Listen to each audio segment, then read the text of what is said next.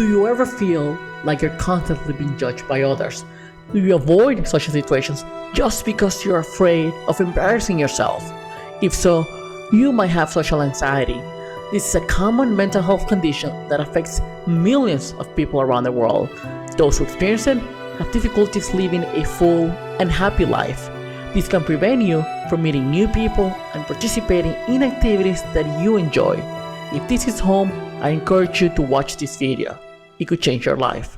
Hi, I'm Daniel and welcome back. In today's video, I'll be sharing with you what social anxiety is, how much that affected my life, and what steps and techniques have been used in the last year or so in order to get better at it and overcome this problem. Well, let's define first what social anxiety is. The social anxiety disorder is the irrational fear of somebody, of being rejected, of being embarrassed, of being judged by other people. In that case, we that suffer from this problem, we tend to avoid gatherings, we tend to avoid talking to people, we tend to avoid almost any kind of social interaction because we are afraid of being judged, we're afraid of being rejected.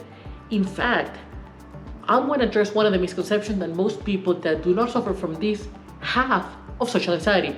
Some people have believed that social anxiety has to do with being shy or being awkward or being introverted, but the reality is social anxiety has nothing to do with being shy, has nothing to do with introversion, and has nothing to do with being awkward.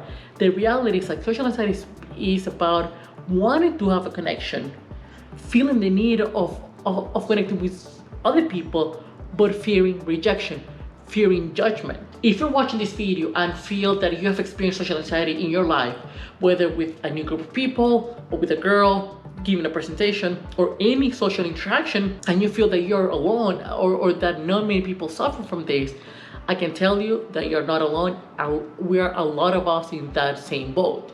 In fact, it is estimated that around 12% of Americans are going to be diagnosed at some point in their life of social anxiety disorder. That means roughly 40 million people alone in this country, just in this country, who knows how many more would be in the entire world. Another key aspect of social anxiety comes a lot from childhood. 50% of people who suffer from social anxiety will develop that by the age of 11, and the 80% by the age of 20. And why is the case? Because we are very impressionable as a kid, and if somebody makes fun of us or somebody laughs for something that we did, that affects us, and that it would just be stored in our brain, that would be just saved there, and we would repeat that scenario over and over and over again. And every time that we interact, every time we're about to encounter new people or even those same people, the only thing we're going to be thinking about is that event that changed our life for the worse. In my case, I used to stutter a lot. I started stuttering at the age of 10, if I remember correctly. Most of my life, talk about elementary school, middle school, high school, and college, a lot of people bully me. A lot of people make fun of me, the way I talk, which made me isolate myself, what I would do is just isolate myself. I wouldn't talk to anybody. I would just talk to a handful of people.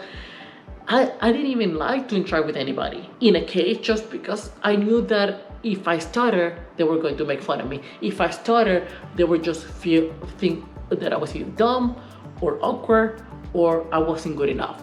As a social anxious person, I would experience different types of symptoms when it comes to social interaction. I would experience accelerated heart rate, shortness of breath, dizziness, chest pain, sweaty. My palms were sweaty. Good thing I didn't eat mom's spaghetti. With all seriousness though, I would be experiencing that chest pain. I would be sweating like crazy. I would have a shortness of breath to the point that I couldn't even talk, and I would stutter even more so than usual. And that would be because the anxiety will just manifest itself in a physiological way. Let me know in the comments what kind of symptoms have you experienced when it comes to social anxiety. And the problem with those symptoms is that it's hard to stay present when you are in that situation, when you're overthinking, when you are stressed, when you're trying to feel good about yourself, but then you're freaking out because you don't want to be judged, you don't want to be rejected, and you don't want to be embarrassed. The only thing I wanted was to fit in. I wanted to connect, and I wanted to feel part of the group. But for some reason, my brain kept telling me that I didn't belong. That's one of the major issues about social anxiety, that not only it ruins our lives, it also prevents us from living it. I don't want to sound cliche, but yes, life is too short for us to live in misery, not being able to connect with people we want to connect with. Now, I'm not saying that we need to go out there and have tons of friends or be super extroverted or be the life of the party. No, but have some human connection that we crave and we need. We are social species. In fact, it is estimated that roughly between 35 to 70% of people that suffer from social anxiety disorder experience major depression. And it makes total sense. Why? Because one thing is to being alone and another thing is to be lonely. And there's a fine line between being alone and being lonely. Once we're lonely and we don't have that social interaction, we don't have that social connection that we are craving like crazy, then we feel that we don't belong to this world. We feel that we're not part of a group, we're not part of society, we're not part of anything. And that can deeply, deeply affect our psyche and our mental health. In fact, it got to a point in my life where it led me to a massive and strong depression. The only thing I used to do was to go to work, run, and stay home reading books and watching TV. That was it. That was my life for many, many years. I would rarely interact with other people, only the bare minimum. If I needed to interact with people at work, I would do it, or just at a grocery store, at a gas station, at a restaurant, that's it. But having a group of friends or just going out and hanging out, even with one or two people, it was almost impossible for me. And once it got to that point, I needed to start going to therapy because it was going to eat me alive. The depression was so strong, I didn't even want to leave the house at all. And since that moment, I decided to start working on my mental health and my social anxiety disorder. So what steps have I taken?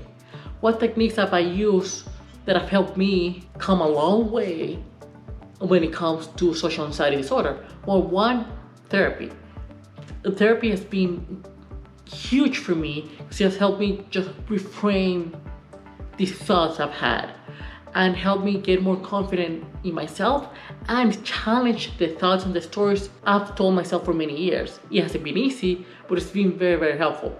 Now, I know that not many people can afford go to a therapist, but I'm gonna give you some techniques that have helped me outside therapy. One of the things that helped me the most with my social anxiety was to learn about the spotlight effect. We as humans, we tend to overestimate how much people care about our negative and positive actions. The reality is like the majority of them simply do not care about you. And the problem is that we feel that people are watching us, that people are judging us, and that people are making fun of us. But the large majority of them simply do not care. Most people are so in their heads. It's all about them, thinking about themselves or their problems, their issues, that they almost don't care much about you. Yes, it is a sad thought, it's a sad statement, but it's actually liberating, knowing that most of the things you do, people are not going to even remember. And it's just human nature. Most people they're stuck in their head thinking about themselves and not you.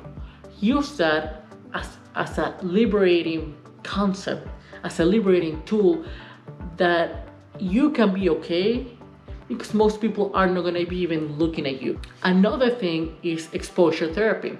Now, if you cannot do an exposure therapy in a controlled environment, then what you can start doing is just start having these interactions on your own. Now, I'm not saying go out there and go to parties, go to events, go meet tons of people. No. If your social anxiety is so big, so large, that it's hard for you to even interact with somebody at a grocery store or at a restaurant or a gas station, start by something so small, so simple, that it's almost ridiculous to even have it as a goal. It's very silly to have it as a goal. Even that goal could be saying hi to a cashier, just a smile and wave. That's it. And you don't have to say anything else, just do that. By having these tiny, tiny goals, so easy to accomplish, you're gonna start just building up from there. You're gonna start building enough evidence that will eventually prove to you that you can do this. And you can go from just waving and say hi to maybe ask to the person how they are doing, to maybe have a 5-minute chat, and eventually having like a full-blown conversation. But you need to start small. And don't beat yourself up if you can do it at the first or second or at the 10th time. Eventually it will happen, but make these goals so small and so tiny that it would be very easy for you to accomplish. Another technique that has helped me a lot is sign up for an improv class. Most people, if not all of them, everyone that signed up for an improv class suffer from the same thing. They're very shy, they're introverted, they want to get out of their comfort zone, they want to meet new people, they want to feel comfortable in different environments.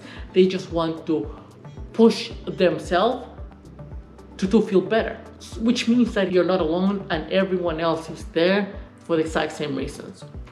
That is a great thing for you to start developing self-confidence when it comes to social interaction. So go ahead and try some of these techniques, and if they don't work for you or if they're hard, please let me know. I know that some techniques might work for some people, it might not work for everyone. So give it a try and let me know in the comments if by any chance or if for some reason they didn't work on you. So that's all for today.